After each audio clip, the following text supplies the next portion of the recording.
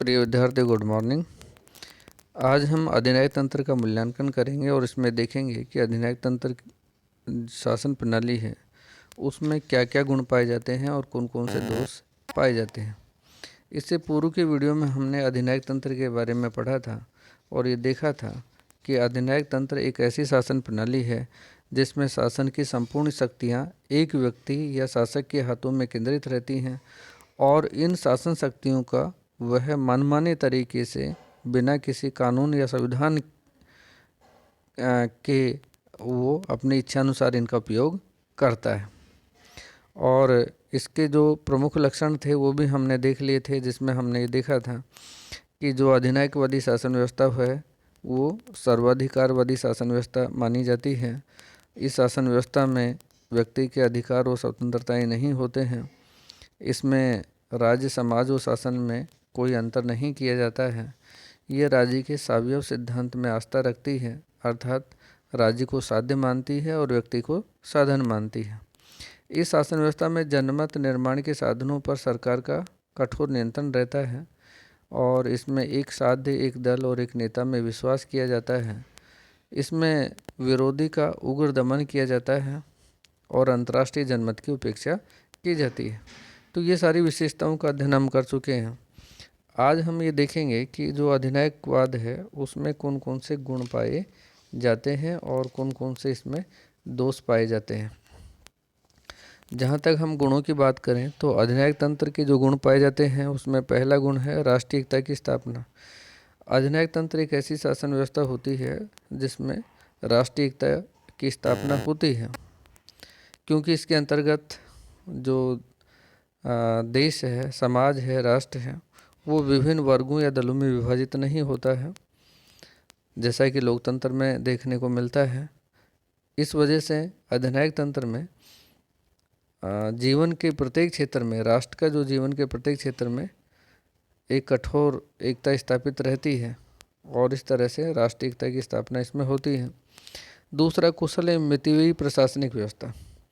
अधिनायक तंत्र को कुशल एवं मितव्ययी प्रशासनिक व्यवस्था माना जाता है, क्योंकि लोकतंत्रीय शासन व्यवस्था की तरह न तो इसमें बार बार चुनावों में अत्यधिक धन खर्च करना पड़ता है और न ही लंबा चौड़ा प्रशासनिक असला इसमें रखना पड़ता है। तो जो प्रशासन संचालन करने के लिए इसमें शासन की शक्तियों का केंद्रीकरण पाया जाता है, उस वजह से भी ये कुशल और मितव्ययी शासन व्यवस्था होती है। शीघ्र एवं त्वरित निर्णय लेना संभव। अधिनायक तंत्र में शासन की शक्तियों का केंद्रीकरण होने की वजह से, एक व्यक्ति के हाथों में शासन की बागडोर होने की वजह से शीघ्र एवं त्वरित निर्णय लेना आसान होता है। इस शासन व्यवस्था में तीव्र आर्थिक विकास संभव है। अधिनायक तंत्र में तीव्र गति से आर्थिक विकास होता है, क्योंकि जिन देशों में अधिनायक तंत्र होता है वहाँ हड़तालें, तालाबंदी, आंदोलन, धरना प्रदर्शन के लिए कोई स्थान नहीं होता है। ऐसी स्थिति में वहाँ औद्योगिक शांति बनी रहती है और तीव्र गति से आर्थिक विकास होता है। इसके अतिरिक्त राष्ट्र के जो प्राकृतिक संसाधन हैं उनका भी कुशलतम उपयोग इसमें होता है और उन देशों का तीव्र आर्थिक विकास संभव है।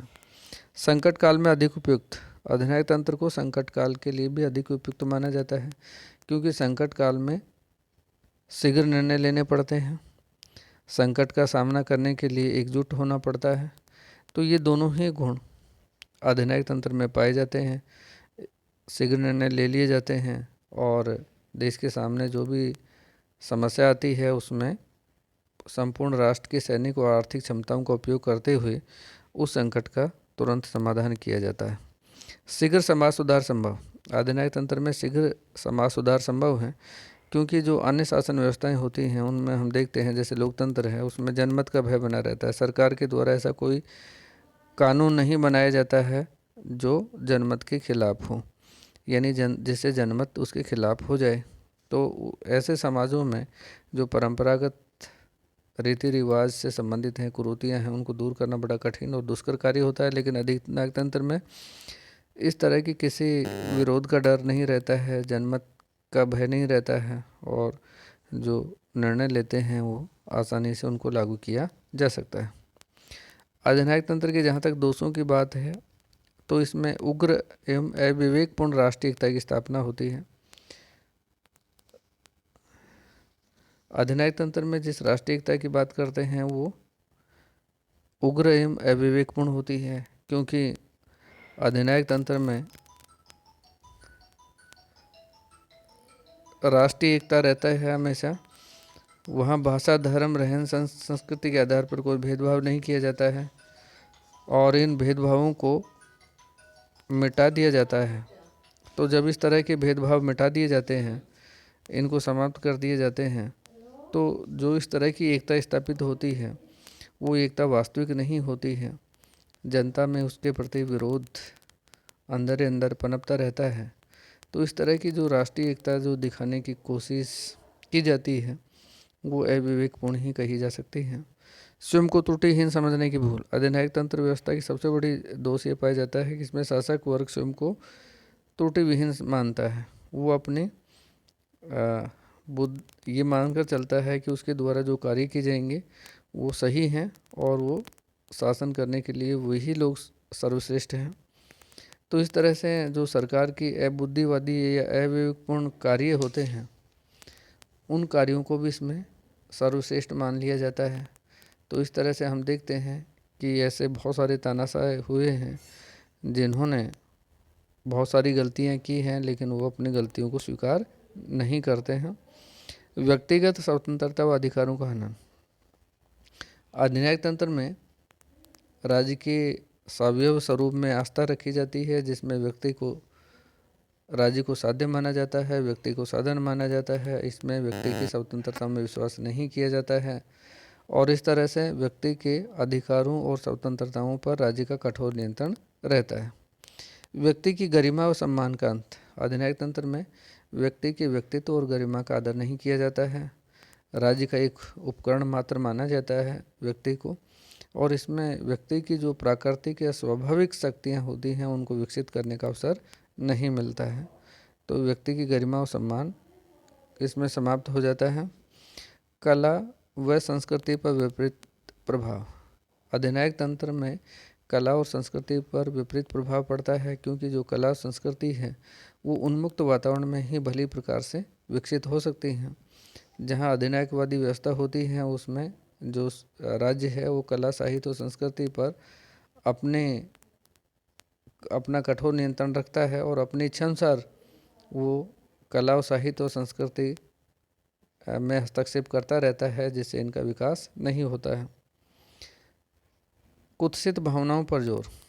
अधिनायक तंत्र में हमेशा भय एवं युद्ध का वातावरण बनाए रखा जाता है ताकि जनता का जो विरोध है उस विरोध को दबाया जा सके, इसलिए जनता को इसमें भयभीत रखा जाता है। तो ये जो भय वाली चीज़ है ये हमेशा ही जनता को भयभीत रखकर और उस तरह से एकता स्थापित की जाती है। इसमें उत्तराधिकार संबंधी दोष।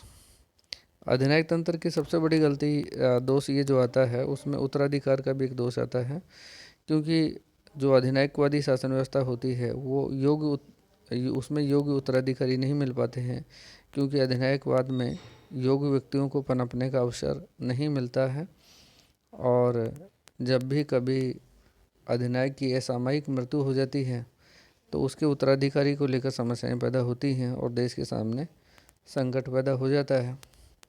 इसमें क्रांति एवं षड्यंत्र का वातावरण सदैव बना रहता है। अधिनायक जो शासन व्यवस्था है उसमें विरोध का दमन किया जाता है। जनमत निर्माण के साधनों पर सरकार का पूर्ण नियंत्रण रहता है। इस वजह से जनता के असंतोष को सरकार की गलत नीतियों को समझने का अवसर ही नहीं मिलता है और जनता अंदर ही अंदर विद्रोह और क्रांति या षड्यंत्र सरकार के विरुद्ध अपनाती रहती है, पनपता रहता है। तो इस तरह की जो शासन व्यवस्था होती है उसमें जो सरकार को बदलने के लिए हिंसा, क्रांति और षड्यंत्र का सहारा लिया जाता है। हम देखते हैं कि विश्व में जितने भी तानाशाही शासन व्यवस्था थी उनमें वहाँ तानाशाहों को समाप्त करने के लिए या उनके शासन का अंत करने के लिए जनता ने विद्रोह या क्रांति का सहारा लिया और इस तरह से वहाँ अधिनायकवाद समाप्त हुआ। तो इस तरह से हम देखते हैं कि जो अधिनायकवादी शासन व्यवस्था है उसमें गुण कम पाए जाते हैं, दोष अधिक पाए जाते हैं, इसलिए आधुनिक समय में ये एक उपयुक्त शासन व्यवस्था नहीं मानी जाती है।